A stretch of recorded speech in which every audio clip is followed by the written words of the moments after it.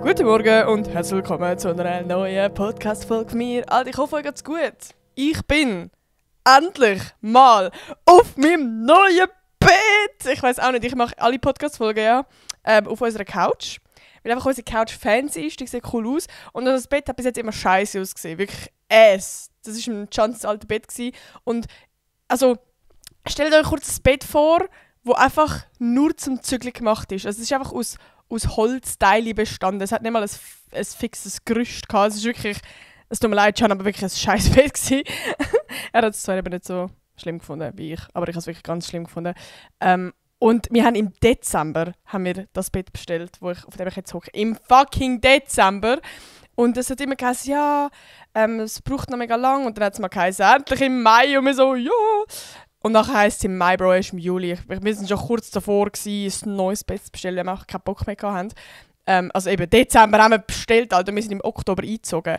Also es war jetzt nicht mega schlimm gewesen, weißt, wir hatten ja das Bett gehabt, aber keine Ahnung, du bist halt voll im Flash von, du möchtest deine Wohnung einrichten und alles, und nachher kommt auch so ein hässliches Bett. Also es ist wirklich gottlos. Und du willst ja auch schon, weißt, so ein bisschen da oben an der Wand so ein bisschen planen, und das kannst du ja nicht, weil das willst du ja mit dem neuen Bett dann machen. Etc. Und jetzt haben wir endlich unser neues Bett und ich bin so in love. Ich weiss nicht, ob ihr gerade das Video schaut, aber es ist einfach schön. Es ist so grau und es hat hinten so ein Polster, weißt du, so am Rücken, wenn du so sitzt. Und ich finde das so geil. Das gibt so ein Prinzessinnen-Vibe, so ein Prinzessinnen-Vibe-Gefühl. Und ich habe bei mir daheim habe ich einfach ein 120er-Bett gehabt, also bei mir und meinen Eltern. Und auch ohne Lehne und so. Und ich habe gedacht, wow, das ist schon geil, auch so ein richtiges Prinzessinnen-Bett haben. Aber bei mir hat es sich jetzt nicht gelohnt. Und das ist jetzt so ein 180er-Bett. Also so wirklich für 2 Personen, so ein richtiges Ehebett. Nein, aber wirklich, ich weiß auch nicht, es gibt mir so richtig...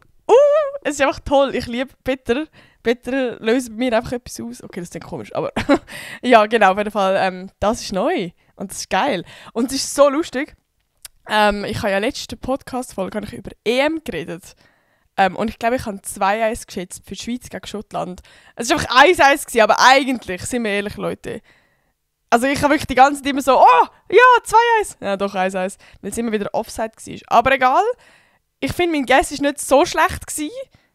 Also theoretisch hat ja die Schweiz 4 Goal gemacht, wenn man das Eigengoal auch als Schweizer Goal zählt, weil es ist einfach von der Schweiz, also das Eigengoal. Darum, die Schweiz hat eigentlich gut gespielt. Und am Sonntag ist ja wieder ein Match gegen Deutschland. Und ich will jetzt einfach wieder einen Guess abgeben. Weil, wenn ihr die Podcast-Folge hört, kommt sie... Ja, dann ist sie schon online. Leute. Ich nehme die immer am Freitag auf. Zwar jetzt ist es Samstagmorgen. Never mind. Ich schätze, es wird... Wow. Ich sage ehrlich gesagt, dass wir gegen Deutschland einfach masslos werden verlieren. Aber wir sind hoffentlich weiter im Achtelfinale. Darum ist es vielleicht nicht mal so schlimm. Aber ich schätze... Ich schätze es 2-2. Ich sage, es wird unentschieden. Es 2-2. Auch wenn mein Bauch vielleicht sagt, wir werden masslos verlieren. Aber ich sage 2-2. Und es ist mega geil. Der Can hat jetzt letzte Woche einen Grill gekauft. Warum auch immer. Er ist so richtig... Weißt du, es sind so die ersten Sommertage und wir so, oh mein Gott, so cool und so, mit einem Balkon. Weil wenn wir die Wohnung gekauft haben, bekommen haben, ist ja schon wichtig, dass wir einen Balkon haben. Aber... keine Ahnung, und nachher ist es so Winter, dann bist du ja eh nicht draussen, dann juckt es jetzt auch nicht so. Und jetzt, wo so richtig geiles Wetter ist, wir haben so Lounge-Sofas draussen, so 3. Die haben wir mal irgendwo in Winter, wo der Can in Winter gewohnt hat, dann sind einfach so draussen gestanden, so gratis zum Mitnehmen. Wir so, ja! Haben wir die mitgenommen, seitdem haben wir die. Und jetzt ist es so geil, einfach draussen auf dem Balkon chillen, so am Abend. Ach, ich liebe es wirklich. Es ist nicht so ein riesiger Balkon, den wir haben, es ist wirklich so ein Mini-Balkon, aber es ist gleich geil. Und eben der Can war so im Sommerfieber gewesen, also wir brauchen einen Grill. Und ich so, ich habe gar keine Ahnung von Grill. Jetzt hat er sich irgendwo auf Ricardo so einen Grill gekauft. Das ist so ein bisschen kleiner, nicht so ein riesiger Grill. Darum passt es eigentlich gut. Und jetzt habe ich meine Family eingeladen am Sonntag. Und jetzt gehen wir alle, weil wir haben ja auch noch einen neuen Fernseher. Und ja, jetzt gehen wir da alle EM schauen mit meiner ganzen Family und dann grillieren und machen so einen richtigen Sommer-Sonntagabend. Und meine Schwester hat am Montag Geburtstag, das heisst, wir feiern... Okay, ich weiss nicht, ob sie bis um 00 bleiben. Aber vielleicht feiern wir noch rein. Genau. Und ich habe actually... Das ist richtig traurig eigentlich. Seit ich da wohne, ich habe meine Familie noch nie da rein... Also zu mir heimgeladen. So, es war sicher auch schon da ein paar Mal gewesen. Aber zwar doch, mein Bruder war einmal auf Besuch da gewesen. Aber sonst... so richtig eingeladen, wisst ihr? Weißt du, so, da habe ich mich noch nicht getraut. So, ich bin jetzt noch nicht erwachsen. So, meine Family war da, wenn ich sie da war, weißt du, so immer mal wieder am Anfang beim Zügeln oder irgendwann mal zwischendurch. Wenn sie gerade in Zürich waren, sind sie schnell vorbeigekommen. Weißt du, so ein bisschen so. Aber so richtig für mehrere Stunden bei uns chillen, zusammen zu Nacht essen, das hat es noch nie gegeben. Mit John in der Family schon mehrmals so. Wir haben seinen Geburtstag gefeiert, wir haben Weihnachten gefeiert. Darum, ja, bin ich sehr gespannt, wie das Ganze wird. Also nein, es wird safe geil. Und ich freue mich sehr. Ja, ich merke allgemein, wenn man so erwachsen wird, mit den Geschwistern, dann hat man halt irgendwie viel weniger Zeit. Oder dann muss man sich viel mehr aktiv Zeit nehmen, damit die ganze Familie etwas macht. Also eben, wir sind ja, ich habe in der letzten Podcast-Folge schon erzählt, wir sind alle zusammen essen. Und es fühlt sich einfach so viel spezieller an, weil als Kind, eben dann haben ja immer alle zusammen irgendwie gegessen, oder weiss doch auch nicht. Und mittlerweile ist das halt eben so, meine Schwester ist jetzt, Bro, die wird 19, Alter. Ich habe das Gefühl, ich habe so eine kleine Schwester und 19 ist eigentlich mega alt. Mega komisch. Mein Bruder der wird 22. Oder? Oh Gott. Je älter man wird, checkt man auch nicht, wie alt die Geschwister sind. Alter. Aber ich muss immer rechnen. Ich bin 23 und er ist 1,5 Jahre jünger. Oh Gott. Das heisst, er ist jetzt 21. Genau. Also, ist ja auch gleich. Auf jeden Fall, wenn du halt so älter wirst, dann weiss auch nicht, dann eben ist es immer viel schwieriger zum Koordinieren, wenn es alle Zeit und weil jeder ist halt irgendwann selbstständig und hat seine eigenen Pläne und da muss man halt richtig so ein halbes Jahr vorher abmachen, damit man Zeit hat. Und nicht alle gerade irgendwie sonst noch am Abend etwas haben oder weiss ich auch nicht. Und ja, irgendwie freue ich mich sehr, weil es ist jetzt eher so ein bisschen spontan gewesen. Ich habe jetzt irgendwie so vorgestern im Familiencheck geschrieben, ja, hat er Bock? Und dann so, boah, ja, dann ist es gerade Zeit und mega geil und irgendwie, keine Ahnung. Es ist so richtig, ja, ich freue mich sehr. Genau, das ist bei mir so los. Voll. Und eben, ich habe es schon letzte Woche gesagt, ich habe jetzt Ferien. Und ich habe jetzt eine Woche Ferien gehabt und es ist weird. Weil mein Kopf checkt das hure nicht. Weil, also, ich glaube nach 3 Monaten, ich habe noch vergessen, dass ich studiere. Ich habe noch nie 3 Monate Ferien gehabt. Also klar, so, wenn ich nach dem Gymnasium selbstständig war, aber dann habe ich es nicht als Ferien gesehen, sondern dann bin ich ja selbstständig gewesen. Und klar, eben in diesen 3 Monaten bin ich jetzt auch am selbstständig sein, beziehungsweise am eben Social Media machen und bla und Hintergrundsachen. Aber gleich so, ich bin mir das gar nicht mehr gewöhnt, keine Schule zu haben. Oder jetzt nicht arbeiten im Praktikum. So. Das ist mega weird. Und ich glaube, ich habe ein bisschen Angst, dass ich jetzt in diesen 3 Monaten wieder so voll in das Selbstständigkeitsflow komme. Ich kann mal mit Deutsch. Weil ich merke schon, jetzt, ich habe 1 Woche Ferien gehabt, ich bin wieder voll im Flow, ich habe wieder hure Bock zum Content machen, zum das machen, zum Sound machen und bin schon wieder am crazy gehen mit, oh mein Gott, soll ich wieder daily YouTube-Videos machen für den ganzen Monat lang. Alter, ich habe eigentlich wieder hure Bock, aber ich habe eben gleichzeitig wieder Angst, dass es so, keine Ahnung, wenn ich dann so voll im Flow bin, dass ich dann so wieder mein Studium anfängt und ich habe so keine Zeit mehr und weiss ich auch nicht, bin dann so einfach so sad, dass das Studium anfängt. Und ich finde das Studium eigentlich auch mega geil. Ja, aber also ich werde jetzt auch den Sommer geniessen und voll das machen, was ich Bock habe. Genau. Also ich werde wahrscheinlich wieder überall mitnehmen, so wenn ich mich kenne. Aber ja, ich freue mich. Und ja, wir haben jetzt diese Woche, habe ich gedacht, ich rede mal wieder über so ein bisschen Girls Tag mäßig. Ich weiss nicht, wie ich es nennen soll. Weil grosse Schwestertag klingt für mich so abheblich, weil also vielleicht bin ich, wenn ich älter bin als euch, bin ich wegen dem gleich nicht irgendetwas Besseres. Also logisch nicht. Aber ja, keine Ahnung. Manchmal habe ich immer so das Gefühl, ihr denkt von mir, weil ich jetzt älter bin, dass ich jetzt so hure viel Erfahrung habe und das Leben verstanden habe. Aber habe ich halt actually nicht. Also bei mega vielen Themen. Also ich habe jetzt ein paar Sachen ausgesucht bei euch. Und ein Punkt ist zum Beispiel so Rasieren.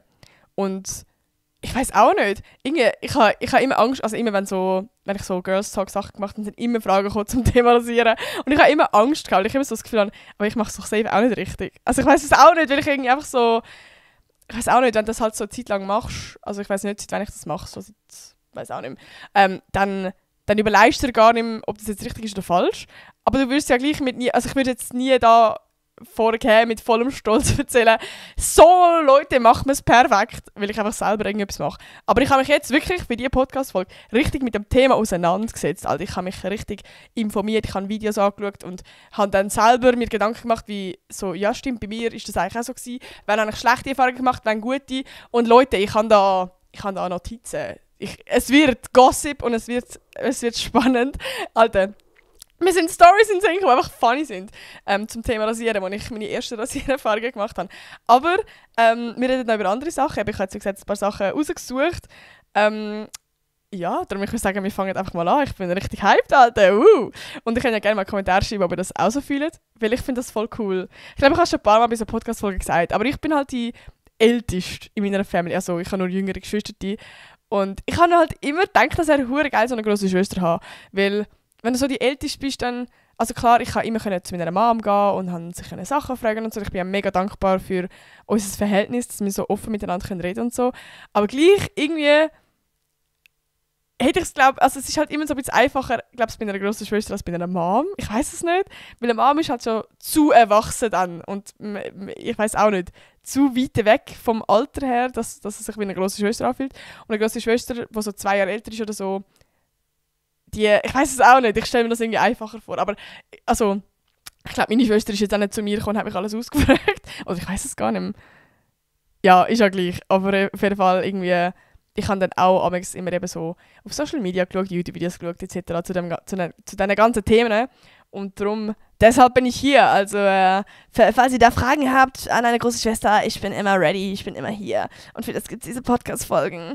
Okay, was laber ich da? Wir fangen einfach mal an. Ich mache das übrigens alles anonym, logischerweise. Deshalb, falls ich es das nächste Mal mache, ich könnte da gerne alles einfach reinschreiben und mir nicht das Gefühl, ich lese jetzt dann vor. Also die erste Frage kommt von der... Spaß. Sorry, ich bin hure unlustig. Okay, also jemand fragt, wie behalten wir Kontakt nach der Oberstufe in der Kante, wenn alle von der Freundesgruppe in eine andere Klasse gehen oder whatever. Auch in eine andere Richtung. Ist jetzt gar nicht so mega das Girls-Thema, aber ich habe es gleich mega spannend gefunden. Es hat mega viele Fragen zu dem ganzen Thema gegeben, weil jetzt einfach kurz vor der Sommerferien ist und ja, keine Ahnung, mega viele am Punkt sind, wo sie irgendwie etwas abschliessen, etwas Neues anfangen. Ja, und ich weiß auch nicht, ich hatte das auch letztes Jahr gehabt, ich glaube sogar letztes Jahr auch so ein bisschen im Podcast darüber geredet, weil ich habe nicht etwas abgeschlossen, aber ich habe halt das Studium angefangen und ich habe mega Angst vor dem gehabt. Und ich habe das ja auch schon 1000-mal erlebt. Also ich habe es im Gymi genauso gehabt, dass das Gymi aufhört und so. Und weiß auch nicht. Und bei mir ist auch vor allem in der Oberstufe das mega, mega krass gewesen. Genau jetzt bei dir. Also ich habe wirklich genau die gleiche Situation gehabt, dass ich von der Oberstufe direkt ins Gymi gegangen bin. Und bei mir das so mega sad war, weil ich irgendwie so... Also ich rede jetzt voll offen. Ich habe ja so in der 6. Klasse und einfach so meine ganze Mittelstufe, Unterstufe ist mega wack gewesen. Also auch freundestechnisch irgendwie alles voll scheiße. Ich bin gemobbt worden etc. Es ist wirklich... alles wack gewesen und ich habe die Schule gehasst. Und dann komme ich in die Oberstufe und konnte das erste Mal aufblühen. Also ich habe Selbstbewusstsein gewonnen, ich habe Freunde gewonnen, ich habe mich wohl gefühlt. Und es ist einfach so das erste Mal die Zeit gewesen, wo ich so einfach geil gefunden habe. Und es ist ja so die Zeit, so, weißt du, so, was so ein bisschen spannend kam, so, oh, mal der erste Freund und weiss ich auch nicht. Es war einfach eine geile Zeit gewesen, irgendwie. Und wo halt wie die Oberstufe vorbei war, bin ich so sad gewesen. Und ich habe dann auch am letzten Tag gebrüllt. Alter, weil ich einfach irgendwie so, ja, halt den Vergleich gehabt mit so 6. Klasse, also wirklich, bei mir ist 6. Klasse Abschluss. So, ich habe mich auf nichts mehr freuen. Ich weiss nicht, der Klasse, oh, ich hoffe, das hört jetzt niemand. Und wenn ich hoffe, vielleicht könnt ihr mittlerweile relaten, so, falls ihr so mit mir in der 6. Klasse sind. Aber es haben so viele im Klassenchat damals geschrieben, oh mein Gott, das sind die beste Klasse und ich würde alle so vermissen. Und ich bin wirklich einfach so nichts am Schreiben gewesen und dann einfach so wirklich so, und der ist vorbei! Und in der Oberstufe war es halt wirklich so das Gegenteil gewesen. Also ich bin mega traurig gewesen. Und ich habe auch fast wirklich das Gefühl gehabt, ich bin allgemein eher näher am Wasser gebaut und mega emotional. Und bin mega, also wie sagt man dem? Wenn ich mich mal etwas gewöhnt habe, dann ist es mega schwierig, so, mich auf etwas Neues einzulassen. Allgemein, der Can sagt auch mega oft so, Bro, du musst doch neue Sachen ausprobieren. Und ich bin wirklich so, Alter, wenn ich ein Restaurant gefunden habe, das ich geil finde, dann will ich einfach nur noch in das Restaurant gehen. Und auch sonst so, keine Ahnung, ich finde so, ich bin einfach mega so ein Gewöhnungstier irgendwie. Und eben, das ist für mich so mega schlimm gewesen. Darum habe ich das Gefühl, ich bin ja fast eine von diesen Leuten in der Oberstufe, die es wirklich schlimm gefunden hat und die anderen vielleicht jetzt auch nicht so mega krank schlimm. Und keine Ahnung, ich weiss zum Beispiel noch, ich kann dann eine Party organisieren so nachher und ich bin so voll hyped gewesen und irgendwie hat es nachher gleich nicht so geklappt und ich war mega enttäuscht gewesen, weil alle anderen jetzt nicht so mega in dem Feeling sind, wo ich war. Aber ja, ich muss gleich sagen, also mit den Leuten, die ich wirklich nachher gerne hatte und die ich cool gefunden habe, habe ich ja nachher auch den Kontakt dann so ein bisschen behalten. Und ich glaube, das finde ich eben ganz das Coole, wo ich gemerkt habe, das ist eigentlich nice, wenn die Schule vorbei ist, auch beim Gymi, dass du nachher wirklich so die wahren Freunde eigentlich bleiben. Also mit den Leuten, die du dich so gut verstanden hast, aber du bist nicht so close gewesen, die verfliegen dann irgendwann. Und die Leute, also ja, kann ich die Leute, die dir wirklich wichtig sind, mit denen machst du dann öfters auch etwas und du siehst, weil weißt, wenn du in der Schule bist, dann siehst du dich du musst ja nicht dich aktiv damit beschäftigen, also aktiv dafür einsetzen, dass du dich siehst, weil du dich jeden Tag siehst und nachher musst du halt wirklich aktiv etwas machen. Und das finde ich mega spannend, weil zum Beispiel gerade beim Gymi habe ich jetzt mit ganz anderen Menschen mega engen Kontakt, wenn ich im Gymi nicht so eng war. Einfach weil es sich so ergeben hat und weil ich gemerkt habe, hey, eigentlich will ich mit diesen Freunden viel mehr Zeit verbringen und I don't know. Und eben in der Oberstufe war das genau das Gleiche gewesen. Und ich finde das irgendwie, also zum einen ist es natürlich mega schade, weil man hat so eine coole Zeit gehabt und es war alles so toll gewesen und es wird nie mehr so sein und du siehst dich jeden Tag und bla. Aber ja, I don't know, irgendwie finde ich das irgendwie cool, wenn nicht cooler. Ja, aber eben, was ich mega gemerkt habe, ist, dass du das selber in der Hand hast, dann irgendwie auch, die Menschen zu sehen. Also nicht nur einzeln, sondern eben, ich habe dann auch Partys organisiert. Auch heute, ich schreibe, also natürlich nicht mehr so oft, Oberstufe ist mir jetzt, Alter, ist jetzt schon 10 Jahre her, Alter, crazy. Aber wie die Menschen, die ich immer noch so ein bisschen Kontakt habe, so, die sieht man ja immer mal wieder, so gerade so bei Dorffesten und so. Und dann kann man sich auch immer wieder so freuen. Ja, darum, also falls du irgendwie gerade Angst hast, dass jetzt das so eine mega coole Zeit war und die nie mehr wird sein, es liegt eigentlich in deiner Hand. Also, und es ist eben umso cooler, weil du kannst die Menschen wirklich öfters sehen, die du willst sehen. Und es sind jetzt mega böse, aber die Menschen, die du halt nicht so Bock hast, die wirst du für nie mehr sehen. Also nein, es ist jetzt nicht so schlimm wie mir gewesen. Ich hatte jetzt niemanden, der ich ultra gehasst habe oder so.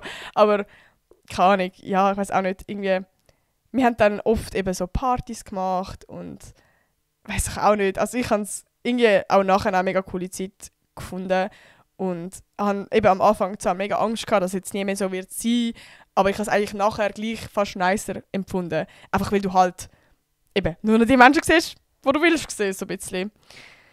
Genau, ich habe jetzt gerade 3 Stunden über das gelabert, aber ich hoffe, ich habe einen Entschluss können ziehen aus dem. Genau. Nächste Frage. Was machen, wenn dein bester Kollege einen Crush auf dich hat, du aber nicht eure Freundschaft verlieren willst? Bro, Alter, ich finde das so schwierig. Ich glaube, also, das ist allgemein schwierig, wenn, also auch umgekehrt, wenn du Feelings hast und die andere Person nicht. Ich glaube, für das gibt es keine perfekte Lösung. So. Es ist einfach eine scheiß Situation und es sind beide Beteiligten scheiße, weil eigentlich beide sich gerne haben, aber halt dann die andere Person dich halt dann auf eine andere Art ein bisschen mehr gerne hat und du das nicht erwidern kannst oder umgekehrt. Das ist einfach schwierig. Und ich glaube eben, wie gesagt, es gibt nicht eine perfekte Lösung für das, aber ich glaube, wenn man so wirklich gut befreundet ist und offen kann reden, ist das mega wertvoll. Dass man einfach offen darüber redet. Offen über Gefühle und dass das nicht peinlich muss sein. Also wie du kannst deine Gefühle nicht steuern und gerade eben, wenn du dich mit jemandem mega gut verstehst, dann kann es halt passieren. So, ist halt so. Und das ist ja überhaupt nichts Verwerfliches und eben, wie gesagt, da kann man überhaupt nichts dafür. Und ich glaube, gerade in einer Freundschaft, wenn man da offen kann darüber reden kann, ist das mega, mega nice. Also dann, je nachdem, wie das Ganze rausläuft, ist jetzt halt mega schwierig. So, ich glaube, wenn man verliebt ist, dann will man ja obviously mit dieser Person zusammenkommen und jetzt nicht schauen, dass die Gefühle weggehen. Aber ich glaube halt eben gerade für, dass wirklich eine Freundschaft bleibt, ja, braucht es vielleicht halt auch so ein bisschen, dass man eben das zusammen bespricht und vielleicht schaut, hey, wie machen wir das jetzt? Weil ich möchte ja auch genauso dich nicht verletzen. Also wie, dass du ganz, ganz transparent kannst sagen, ich habe dich mega gerne als Kollege, aber ich merke, ich kann mir wirklich nicht mehr vorstellen und ich hoffe, das ist nicht mega schlimm. Und auch umgekehrt, dass die andere Person einfach kann sagen, hey, ich habe mega Gefühl für dich, ich hoffe, das ist für dich auch nicht schlimm und das bringt uns jetzt in eine unangenehme Situation, sondern dass wir das jetzt irgendwie zusammen irgendwie meistern. Und ich glaube, sonst eben, ich finde es mega schwierig, weil gerade so Feelings kann man nicht einfach abstellen. Ja, da braucht es sehr viel. Eben, wie gesagt, es gibt keine richtige Lösung, aber ich glaube, das Wichtigste ist einfach, dass ihr miteinander zusammen könnt offen kommunizieren und nicht, dass ihr es anhand von dem einfach scheitern lasst oder du jetzt einfach sagst, oh mein Gott, what the fuck, was hast du einfach Feelings für mich, verpiss dich. So, ja. Ich hatte damals auch einen besten Kollegen, der Feelings für mich bekommen hat und ich habe das mega schwierig gefunden. Vor allem, weil ich gleichzeitig mich in jemand anders verliebt habe. Und ich habe dann auch angefangen, ich habe mich dann auch nicht getraut, meinem Kollegen das dann zu sagen, weil ich dann das Gefühl habe, ich verletze ihn und ich weiß auch nicht. Es war einfach so kompliziert gewesen und im Nachhinein würde ich einfach sagen, Alter, einfach offen sein, einfach offen darüber reden. Weil ich glaube, das verletzt am Schluss weniger Menschen, als wenn man da alles geheim behaltet und sich, also, keine Ahnung, auch wenn man das Gefühl verliebt und so hat, also, ich weiß nicht, ich kenne es von mir, dass wenn man sich verliebt, zum Beispiel jetzt in einen Kollegen und man merkt, oh mein Gott, nein, ich will das eigentlich gar nicht, ich will nicht unsere Freundschaft fördern, dass man sich dann immer mehr reinsteigert, also immer mehr so sich gegen das Verliebtheitsgefühl kämpft und dann aber wiederum sich umso mehr verliebt, weil wenn man es nicht will, dann passiert halt umso mehr. Und darum ist es umso wichtiger, dass man es einfach offen miteinander redet. So. Aber darum finde ich es genauso wichtig, dass man offen miteinander redet, weil es kann ja genauso sein, dass bei der anderen Person genau der gleiche Struggle ist, dass die andere Person vielleicht auch Feelings hat und dann ist es umso nicer. Voll. Darum einfach offen reden, Freunde. Es kann ja genauso sein, dass die andere Person vielleicht auch gar nicht wirklich Feelings hat, sondern jetzt mehr dich einfach gerne hat und vielleicht eben keinen körperlichen Kontakt gerne hat und du das anders interpretiert hast oder whatever. So. Darum, Leute, einfach offen kommunizieren, das löst so viele Probleme. Genau. So, wir kommen schon zum Thema Rasieren. Wie rasiere ich unten? Es hat wirklich mega, mega viele Fragen zum Thema Rasieren gehabt. Also wirklich fast die meistgestellte Frage. Und ich habe es ja immer wieder so ein bisschen ignoriert, beziehungsweise einfach Angst gehabt, um darauf eingehen. Und heute, Leute, ich hau raus. Okay, ich weiß gar nicht genau, wo ich anfangen soll. Ich kann jetzt mal meine Liste führen. Wir fangen jetzt wirklich bei den Basics an. Und für die Leute, die sich jetzt schon seit Jahren rasieren, hört auch zu. Es ist wirklich, also ich bin auch schon seit Jahren lang rasieren. Und viele Sachen sind einem schon klar, aber wenn man es mal hört, dann macht es gleich Sinn. Und man lernt gleich etwas und ich habe auch wieder ein paar Sachen gelernt. Und ja, darum, es ist für alle ein Thema. Ich gehe jetzt natürlich vor allem auf den weiblichen Körper ein, einfach weil ich selber einen weiblichen Körper habe und actually gar keine Ahnung habe, wie es bei männlichen Körpern aussieht, wenn man sich dort rasiert. Genau.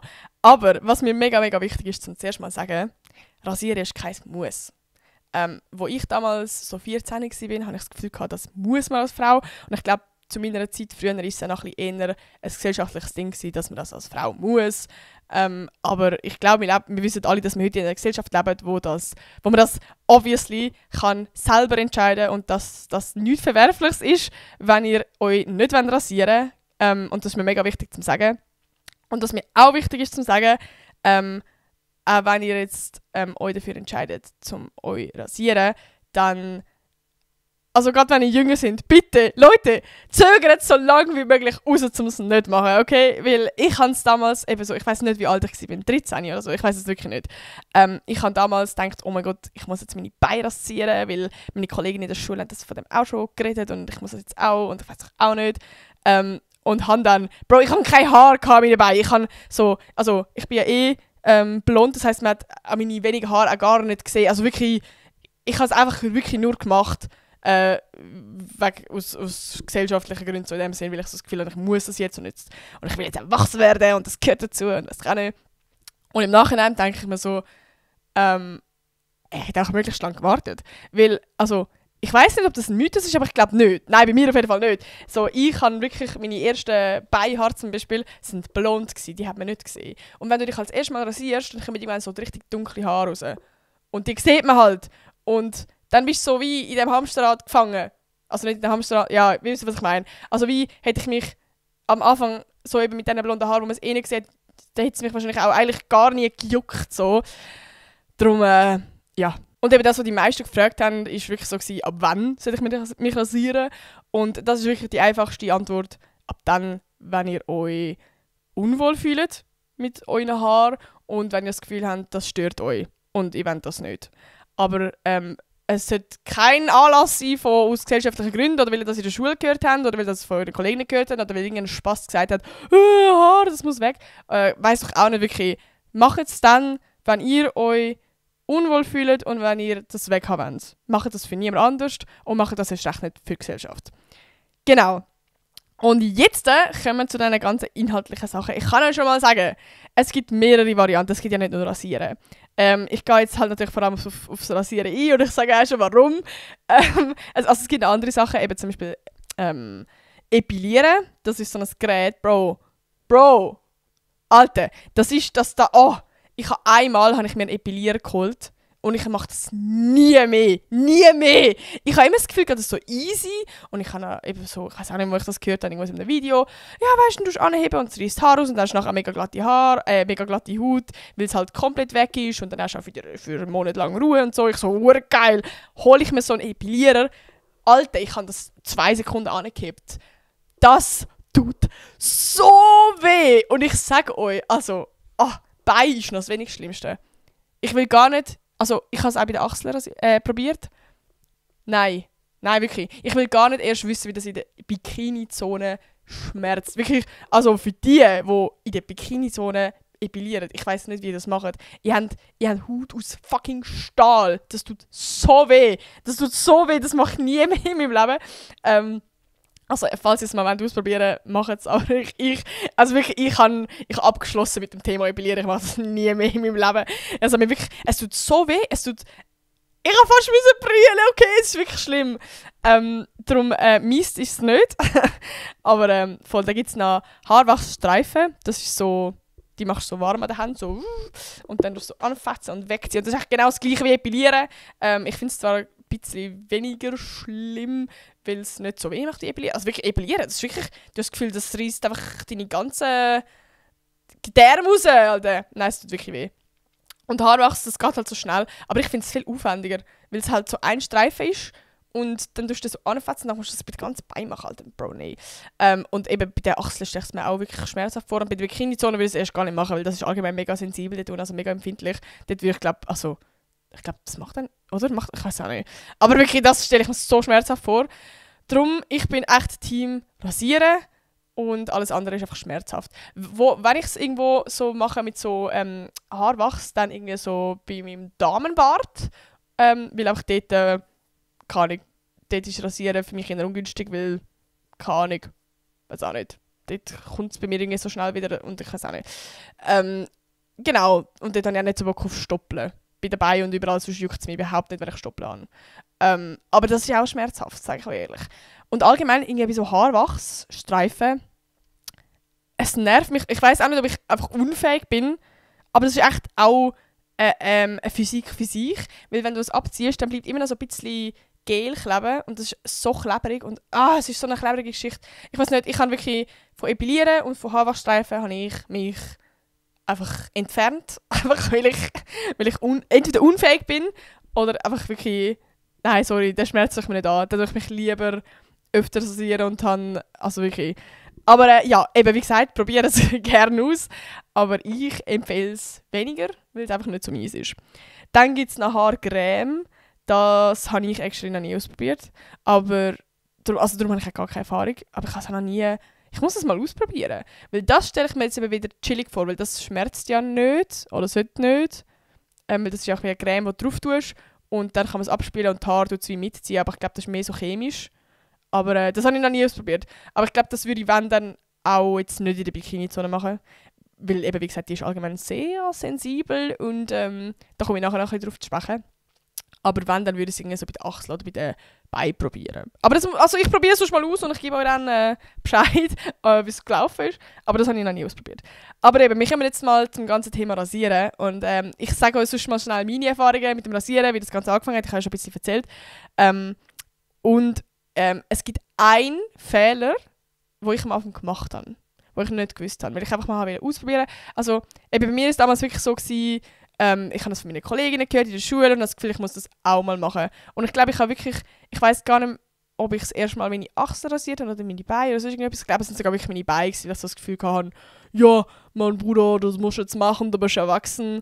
Und eben, ich habe ja nicht mal wirklich Haare drin gehabt. Aber egal. Habe dann von irgendjemandem, ich glaube von meiner Mom oder so, oder von meinem Dad, ich glaube wirklich von meinem Dad, irgendwo, doch, ich glaube, oh mein Gott, mein Dad hört das jetzt nicht, aber wir haben bei uns also meine Eltern haben oben für sich ein Bad, weil sie im oberen Stock sind, also wo sie duschen und alles und ihr Rasierzeug haben. Und unten im mittleren Stock, wo alle Kinder ihr Zimmer hatten, hat es nochmal ein Bad, das ist noch so ein bisschen grösser. Und dort hat es auch einen Spiegelschrank, einen grossen, wo alle Sachen von meiner Mama und von meinem Dad sind, weißt du, so mit Gesichtscreme und Rasierer für das Gesicht von meinem Dad und bla bla bla. Und ich habe dort irgendeinen Rasierer von meinem Dad geschnappt, so einen Einwegrasierer. Und ich glaube, er hat ihn einfach schon fürs Gesicht gebraucht. Das tut mir jetzt schon leid, wenn er das hört. Aber ich habe den irgendwie einfach so genommen, wie ich den gesehen habe. Und ich habe ja nicht, also ich habe jetzt nicht gerade einen neuen Rasierer gekauft. Ich hatte Angst gehabt, Bro, du gehst nicht allein, so, keine Ahnung, ohne Mami. Und ich wollte es mal ausprobieren. Das war so ein Einwegrasierer. Gehe ich halt so in die Dusche. Und Bro, ich hatte eine Schnittwunde von meinem Leben gehabt. Und das ist eben schon der grösste Punkt, was ihr lernen müsst. Bro, kein Einwegrasierer. Wirklich nicht. Und erst recht nicht von jemand anderem, Alter. Also mehrere Punkte erstmal. Wenn du es von jemand anderem brauchst, das kann mega gefährlich sein. Da kannst du Infektionen bekommen. Einfach wenn du dich eben gerade schneidest. Ich hoffe wirklich, ich habe den nicht zurückgelegt. Alter, mein Dad. Ich weiß auch nicht, ob der nachher irgendwelche Infektionen geht wegen mir.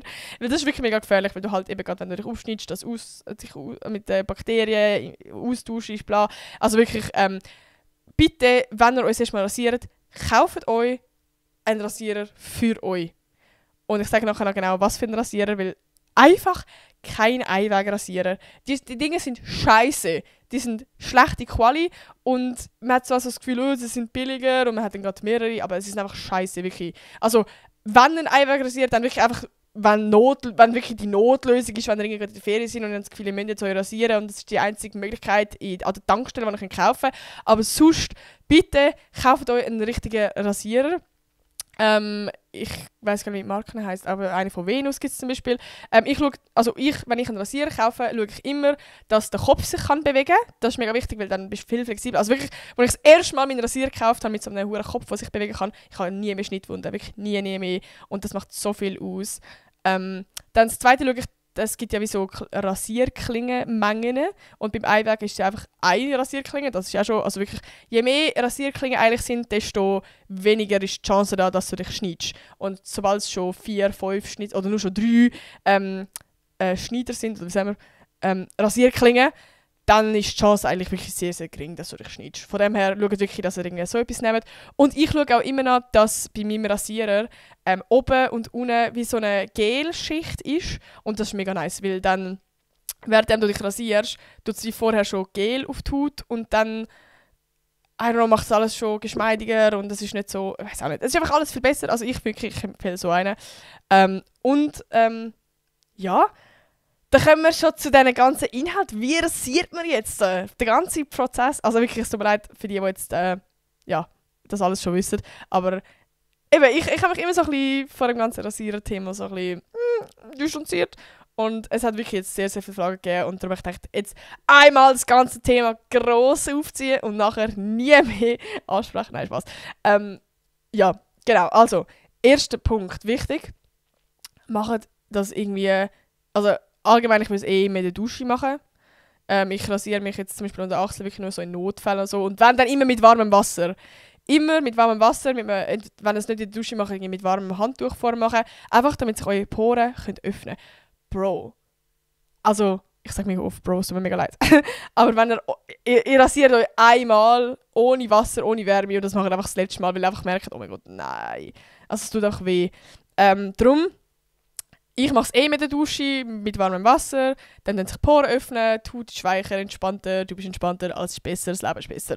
Darum, schau auf das. Wenn sich die Poren öffnen, dann werden auch die Hörli weicher etc. Und das eben, ist einfach eine bessere Grundlage, um sich zu rasieren. Ne? Und was ich auch benutze, ist so Rasierschaum oder was gibt es noch, Öl, Gel, einfach so Sachen. Das gibt es in jeder Drogerie, Müller, überall. Genau, das einfach darauf schmieren. Alter, ich finde Rasierschaum eigentlich am geilsten, das ist so satisfying. Und dann so Gel, das nachher zu Rasierschaum wird. Alter, das ist so satisfying. Das ist geil. Genau, irgendwie so etwas. Und ich finde es auch satisfying, weil du, wenn du dich so rasierst, dann siehst du auch, wo dich schon rasiert hast. Genau. Das ist mega, also Es ist nicht ein mega Muss, so Rasierschaum oder so, aber es ist halt einfach, es macht alles viel geschmeidiger und eben die Chance ist noch viel geringer, dass du dich rasierst. Dass du dich schneidest. Genau. Und es ist einfach alles, also, keine Ahnung. Es macht einfach alles viel geschmeidiger zum Rasieren. Es geht viel einfacher und so. Voll. Es gibt ja so die 3 typischen Bereiche, würde ich jetzt mal sagen. So, es gibt unter Achseln, es gibt Beine und es gibt Intimzonen. Und ich würde sagen, wir fangen einfach mal unter den Achseln an. Weil einfach so. Weil das am einfachsten ist, glaube ich. Da macht man einfach ganz easy von oben runter. Ich habe mal gehört, früher, dass man immer gegen den Haarwuchs soll. Aber das stimmt im Fall nicht, Freunde. Also wie, klar, es tut halt so ein bisschen, also genauer rasieren, weil wenn du gegen den Haarwuchs machst, nimmst du wie die Haare tiefer an den Wurzeln, also rasierst sie, machst den Schnitt quasi tiefer. Aber ich muss ganz ehrlich sagen, abgesehen von dabei macht das sonst nie nicht. Einfach weil es halt dafür, was so die negativen Punkte sind vom Gegenhaarwuchsrasieren, einfach, dass es tut mega reizt. Also wenn ihr viel Rasierpickel habt, dann kann es vielleicht ab dem liegen, dass ihr gegen den Haarwuchs rasiert. Darum, falls ihr Rasierpickel habt, probiert es mal mit dem Haarwuchs. Und eben zum Beispiel bei den Achseln macht das auch so, dass ich es wie von oben runter mit dem Haarwuchs mache. Und dann noch so ein bisschen Seite und so. Genau. Darum Achseln ist eigentlich nicht so kompliziert. Beine eigentlich auch nicht. Da mache ich es einfach eben gegen den Haarwuchs. Weil die Beine sind auch nicht so kompliziert, da hat es halt wie glatte Haut und so. Manchmal kann man die Haut noch so ein bisschen straffen, also gerade wenn ihr so bei den Waden unten sind, wo die Haut nicht so straff ist, dann könnt ihr die Haut so ein bisschen straffen, damit es weniger Schnitt gibt. Einfach wenn es halt so mehr, weniger straff, also wie sagt man das? Weniger glatt, also weißt so eine glatte Fläche ist, dann ist die Chance halt größer, dass es schneidet. Ich rede halt die ganze Zeit von Schneiden, aber ich will wirklich keine Angst haben vor Schneiden. Also, solange du schon einen richtigen Rasierer verwendet, dann sind eigentlich schon auf der sicheren Seite so.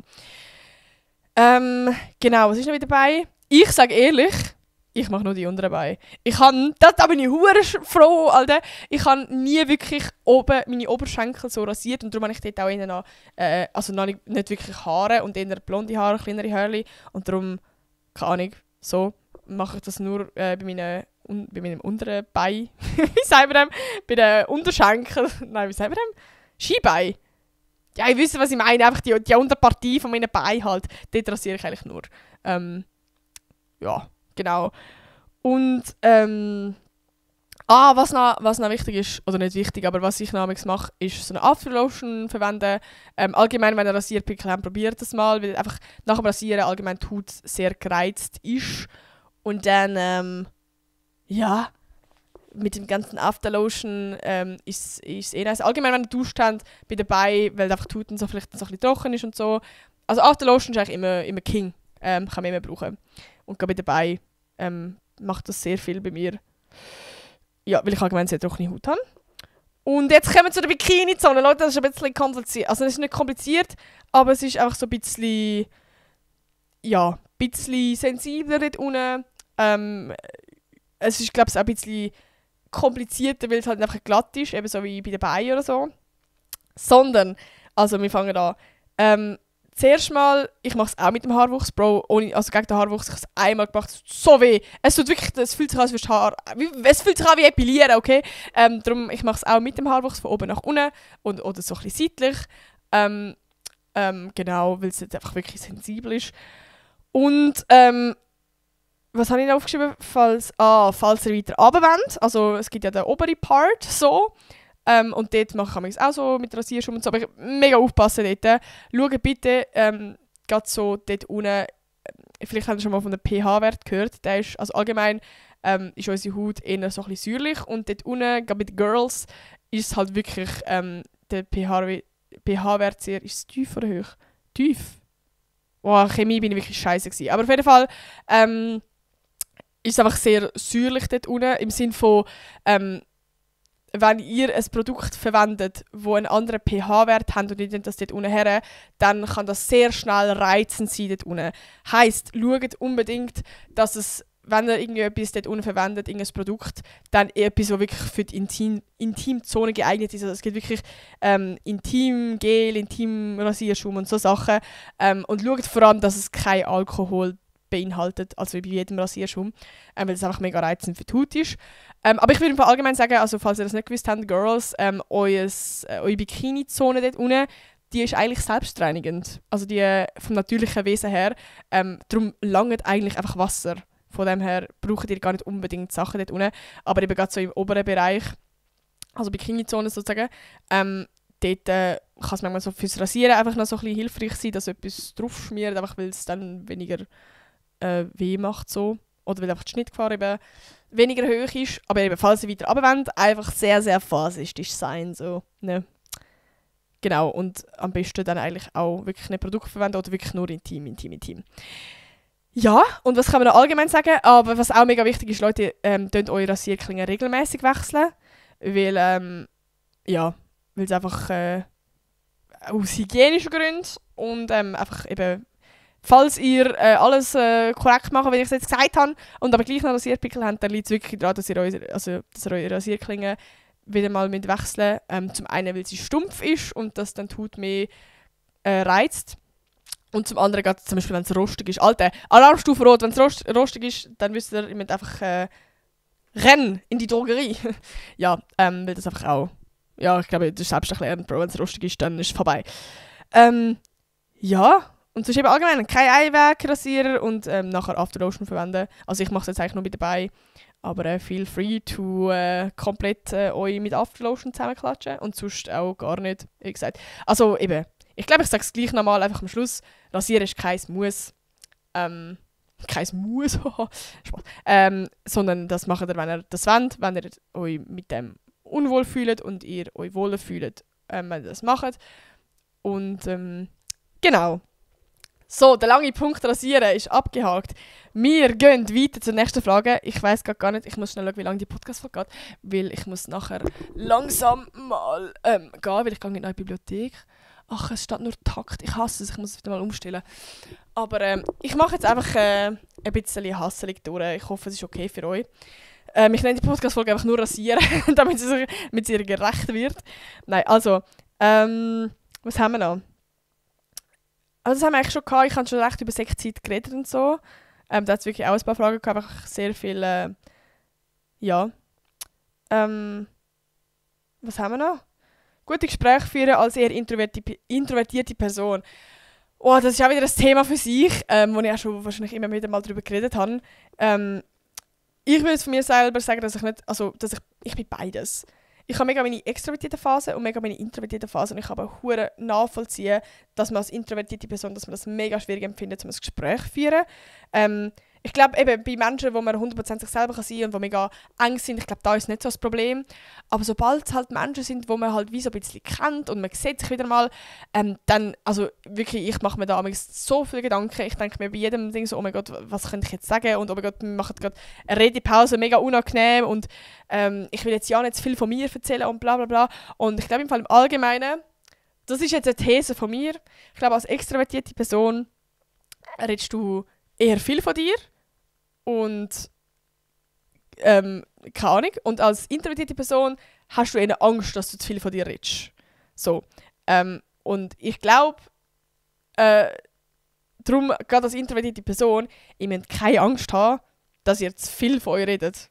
Allgemein, auch fürs Gegenüber, also natürlich hat es irgendwo eine Grenze, es kann mega nervig sein, wenn die andere Person nur von sich erzählt. Aber ich meine, gerade so, wenn ihr irgendwie beim Smalltalk sind oder so, dann... Also ich weiss auch nicht, ich kenne es nur von mir, wenn die andere Person plötzlich von sich anfängt zu labern, bin ich manchmal auch mega froh. Weil ich einfach so, weiss auch nicht, dann so ein bisschen nicht das Gefühl habe, das ist jetzt mega anstrengend und wenn wir jetzt irgendwie so das Thema finden oder Fragen. Ich fange dann an random Fragen zu stellen, die mich eigentlich gar nicht interessieren. Und eben manchmal, wenn man dann einfach anfängt so random Shit zu erzählen. Ich mache jetzt ein Beispiel. So, ich bin am Bahnhof und treffe irgendjemanden vom Gymi, den ich seit 3 Jahren nicht gesehen habe und du denkst, oh mein Gott, wenn wir jetzt 2 ganze Stationen Zug fahren, was zum Fick rede ich jetzt mit dieser Person? Dann ist es einfach am einfachsten, fragen, hey, oh mein Gott, wie geht's dir, was machst du? Da sind typische Sachen abklappern. Zuerst mal, wo gehst du her, was machst du? Und nachher, was machst du so im Leben? Und wenn man einfach nur schon bei diesen 2, 3 Themen mal tiefgründiger reingeht, als einfach sagen, ja, mir geht's gut, sondern einfach ein bisschen mehr erzählen, hey, ja, ich habe jetzt die Lehre angefangen und bla und das ist gerade los und es gefällt mir und oh mein Gott, ich bin jetzt gerade heute mega nervös, weil ich heute eine Präsentation habe. Einfach so ein bisschen random labern. Auch wenn man vielleicht nicht das Gefühl hat, die andere Person interessiert das mega, aber gerade so beim Smalltalk ist das Gold wert. Dann sind so random Sachen mega Gold wert. Auch wenn du das Gefühl hast, die andere Person interessiert es nicht. Ja, Oder eben gerade so über Sachen reden, die bevorstehen. Eben, man hat jetzt gerade Angst vor etwas oder jetzt hat man einen Anschiss oder das ist jetzt gerade mega mühsam passiert. Also wirklich, ich merke so, nur schon, wenn ich eine Person treffe, dann erzähle ich eigentlich immer das erste Mal, was bei der Zugfahrt passiert ist. So, oh mein Gott, gerade irgendwie beim Zug, wo mega laut Musik läuft. Ich weiß auch nicht. Einfach irgendwie so Sachen. Und wenn es jetzt mehr darum geht, dass er irgendwie gerade so wirklich an einer Party sind und ihr, keine Ahnung, eben, es sind gerade so, der Vibe ist gerade, hey, man ist jetzt irgendwie mal mit dieser Person am Reden, mal mit dieser, dann, es geht eigentlich einfach, wenn man sich sieht, allgemein ums Updaten vom Leben. Und da darf ihr nicht scheu sein, um Angst haben, dass ihr irgendwie das Gefühl habt, also es ist boring, wenn ihr zu viel von eurem Leben erzählt. Voll. Und was ich meistens mache, bevor ich eine Person treffe, ist mir überlegen, okay, was haben wir für gemeinsame Themen. Meistens ist der gute alte, also weißt du, die alte Insider ist immer gut. Immer alte, lustige Themen, die man zusammen früher hatte, lustige Momente, die man zusammen erlebt haben, Sachen, die einen verbinden. Ob es jetzt ein Job ist, ob es jetzt private Gemeinsamkeiten sind, ein Hobby, irgendetwas, irgendeine gemeinsame Person, die ihr kennt. Irgendwie so. Über so Sachen reden, dann, das ist meistens easy schon überbrückbar. Eben, das ist für mich der grösste Punkt allgemein. Nicht Angst haben, von sich selber erzählen und auch nicht Angst haben, dass man jetzt irgendwie, ich weiß auch nicht, denkt, oh mein Gott, dürfte ich das jetzt fragen, dürfte ich jetzt nicht. Einfach raushauen. Also klar, ich glaube, ich spüre schon so eine gesunde Grenze, aber ich glaube, meistens als introvertierte Person hat man immer so ein bisschen zu fest Angst, dass man vielleicht die Grenze überschreitet. Und ich glaube, ihr spürt schon, wenn ihr Grenzen überschreiten. So, also wie, ja, genau. Ich glaube, das sind jetzt mal vorweg alle Fragen gewesen. Sonst geht die Podcast-Folge wieder viel zu lang und ich sollte schon lange auf dem Weg sein. Huch. Aber ich hoffe, euch hat die Podcast-Folge gefallen. Und ja, ich habe sie eigentlich auch mega cool gefunden. Ich finde es allgemein, ich liebe so die Podcast-Folgen. Ja, ich wünsche euch noch eine wunderschöne Woche. Macht's gut und wir hören uns nächste Woche wieder. Bye!